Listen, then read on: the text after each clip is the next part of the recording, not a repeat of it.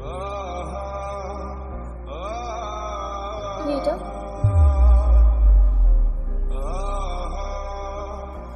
কি? কিসের ছবি?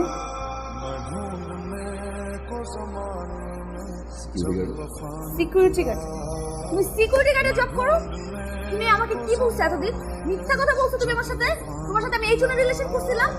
ডে বাই ডে আমার সাথে মিথ্যা কথা বলে গেছো। আজকে আমার ফ্রেন্ড আমাকে এই ছবি সেন্ড করেছে, স্ক্রিন আমার দেখতে হয়, সবার সামনে আমি হাসির পাত্র হইলাম।